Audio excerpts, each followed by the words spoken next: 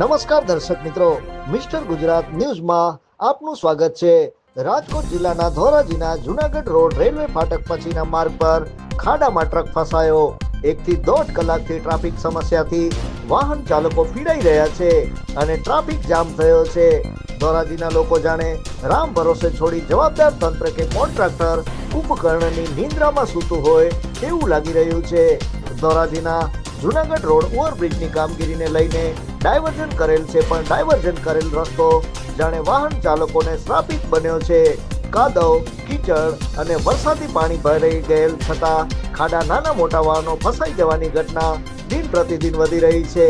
ત્યારે ધોરાજીમાં વિકાસ થાય કે ન થાય, પણ આ સમસ્યા તો વધી રહી છે અને ધોરાજી કે બહાર ગામથી અવર જવર કરતા લોકો માટે માથાનો દુખાવો બની ગયો છે। ધોરાજીના જુનાગઢ રોડ ડાયવર્ઝન કરેલ રસ્તા પર નાના મોટા અકસ્માત અને ખાડામાં વાહનો ખૂંચવાની સમસ્યામાં વધારો જોવા મળી રહ્યો છે। Bureau chief Alpesh Trivedi. જોતા રહો મિસ્ટર ગુજરાત ન્યૂઝ, સત્યતાની સાથે બસ।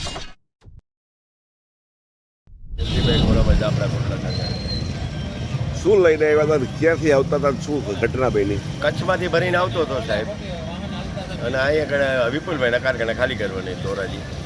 તો આપણે ધોરાજી રોડનું કામ હાલે બાયપાસ બ્રિજનું, ત્યાં હાલો આવતો હતો, વચ્ચે વચ્ચે ગાડી હાકી જતો હતો, ઓછી તેની બેસી ગઈ સાહેબ ગાડી। તો મેં 102માં ફોન કરી દીધો છે, કોન્ટ્રાક્ટરમાં ગયો હતો હું, તો કોન્ટ્રાક્ટર લોકો આવ્યા નથી। કેટલા સમય થયો? લગભગ સાહેબ દોઢ કલાક જેવું થઈ ગયો સાહેબ। કેવી હેરાનગતિ છે અત્યારે? હેરાનગતિ સાહેબ, ટ્રાફિક જામ થઈ ગયો સાહેબ, આગળ પાછળ ટ્રાફિક જામ થઈ ગયો છે, ગાડી નીકળે એમ નથી, જેસીબી સિવાય છે સાહેબ નીકળે એમ નથી ગાડી।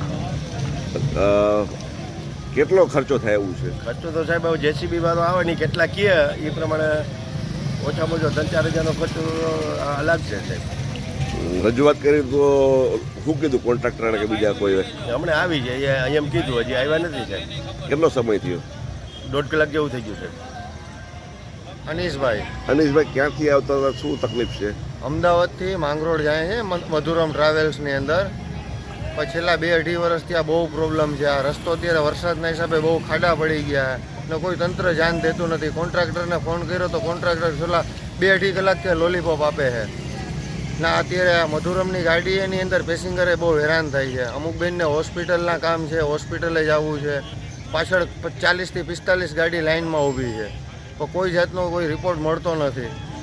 બધાને ફોન કરીએ તો કે ચાલો હમણાં 15 મિનિટમાં આવે, 20 મિનિટમાં આવે છે, પણ પાછળ બહુ ટ્રાફિક મોટું થઈ ગયું છે। અમુક સ્કૂલની બસો છે, કેમ કે સ્કૂલવાળાઓને છોકરાઓને સ્કૂલના ટાઈમે પૂગવું પડે છે, એટલે હાલાકી બહુ છે ને। આ બધાય સરકાર એમ કહે કે ટેકનોલોજી, આમાં ટેકનોલોજી શું છે? આ રસ્તાની હાલત ખરાબ કરી નાખી છે ને। આ ખાડા બતાવો સાહેબ, ખાડા ખાલી બતાવો, કેવડા ખાડા, 4 વ્હીલર નથી હાલતું, એવડા તો ખાડા કરી નાખ્યા।